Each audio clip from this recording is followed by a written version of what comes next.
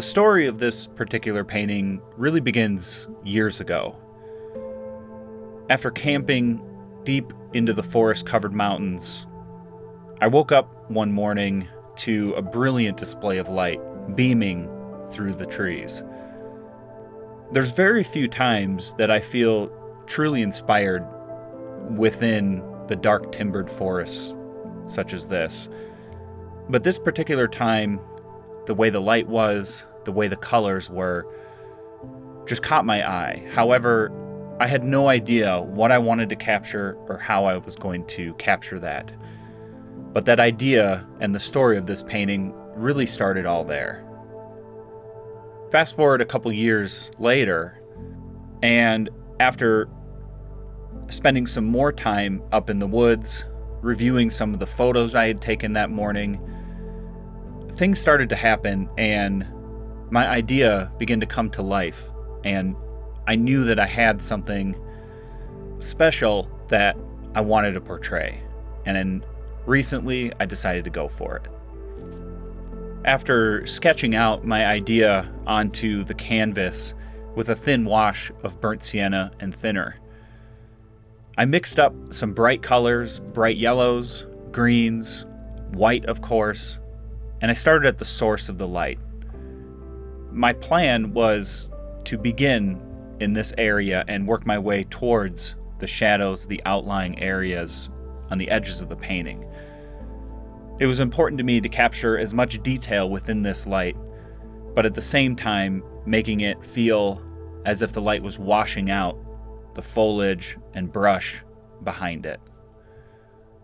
For the majority of the painting process throughout this entire painting, I was mainly working wet on wet oil paint. Of course, I did not paint it all in one sitting. Rather, I would go in small runs at a time, working the wet paint into what I already had laid down on the canvas before it dried. Working this way really allows me to be a little more expressive with my brushwork, utilize thicker paint, and try to capture the essence of the patterns and textures that I was portraying without adding too much detail and without spending too much time on any given area. I wanted the viewer to be able to piece together what it is they were seeing without having to portray every small detail.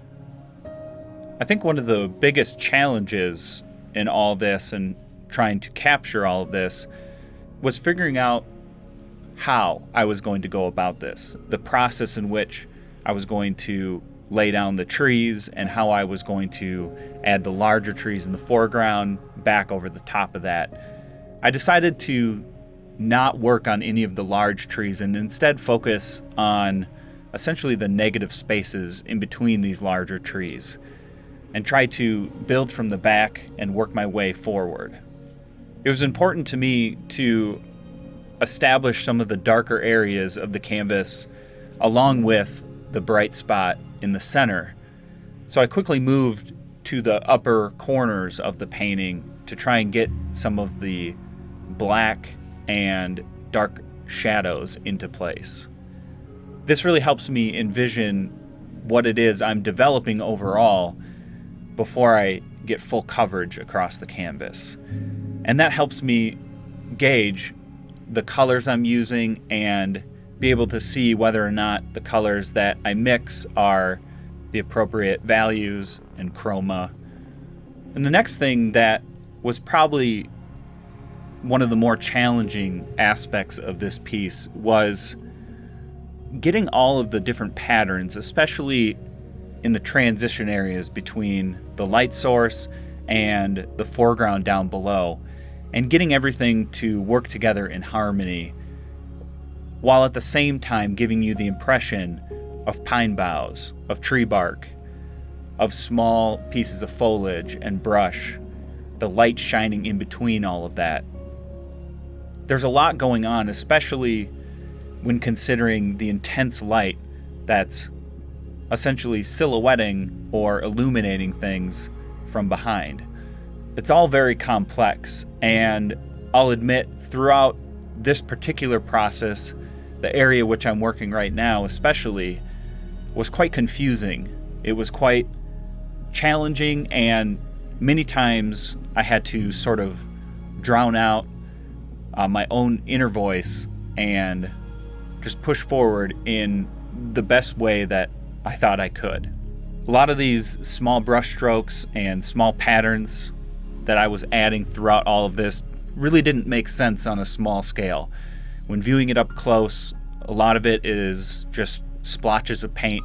It doesn't really represent anything in specific, but viewing at more of a distance is where things really would start to make sense. And so throughout this painting, I found myself a lot of the times backing up several feet, trying to determine whether or not I was doing it in the way that I thought was correct for the intentions that I had. With all things considered, at the same time, this was a very relaxing and enjoyable process for me. Whenever I'm painting foliage and trees that are very up close to the viewer's perspective, I'm able to sort of let go in my process and my thinking, and rather than trying to capture everything in a very literal and perfect sense, oftentimes, such as when I'm doing distant trees, which have a particular shape, which don't have as much room for creativity and as much room for error, it's much easier for me to capture these types of patterns because they can really vary so much. A tree branch can be broken, a pine bough can grow in an unlimited different ways. The foliage and the litter on the ground can be arranged in an unlimited number of ways. And so there's really a lot of room for error, and as long as you capture things as a whole, the individual details don't matter as much. And so something like this allows me to be more relaxed and be more creative, and it allows me to not feel bound to my reference near as much as some of the other subjects that I paint. And so tree bark and pine boughs, things like this are a very soothing and very meditative process for me.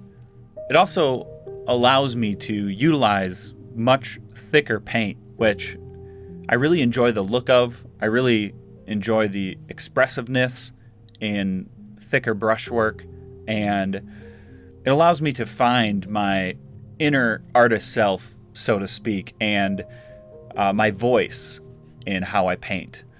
Another thing in particular that I really wanted to capture in this painting, one of the things that reminded me of that morning out in the woods, was all the color that could be. There was, of course, a lot of color in the woods that morning, but my imagination often runs wild. And the ideas that I have really push the limits and boundaries of what's possible, especially with color. And so the focal point, the thing I wanted to really focus in this particular forest painting was an abundance of color at the center of the light source. Above, the sun shines through. The yellows, the greens, the oranges are very present. In the foreground as well, where the sun illuminates the ground litter, everything's very warm. But in between, I've always been fascinated by ways in which you can sort of bend the rules. And what I was hoping to accomplish in this painting was just that, using some complementary colors to all of the warm reds and greens. I wanted to create sort of a fire and ice feel. While the light of the sun is shining through over the middle area of the painting, I wanted it to be contrasted by some very cool colors. And so I thought about perhaps the blue sky shining through, shaded from the light beam coming from above. I wanted the blues to be illuminated on the forest floor, perhaps some pinks where they transitioned into some of the warmer rays of light. And I wanted to exaggerate that as much as possible. So many times while out in the wilderness, there are these moments that seem so surreal, almost too good to be true or too bizarre to be true. But they do happen, and there are instances where even myself, I can almost not believe my eyes. And that's really the feeling that I wanted to create with this painting, and push the limits of what we know is possible and what could be possible. And in the center of all that, I decided to go with a very small seedling, a young pine tree, a representation of new life and perhaps a new chapter in this forest.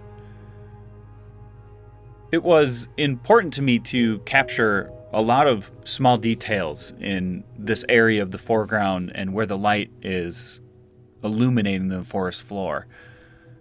I thought that by portraying all of these small details, all of the ground litter, that it would really bring a lot of realism to the piece overall without distracting from everything around it. And I thought this would be also a great area to really draw the viewer's eye into the piece and lead the viewer to notice some of the more subtle details in the painting, especially in this particular area, the lower part where all the color and all of these small things were happening.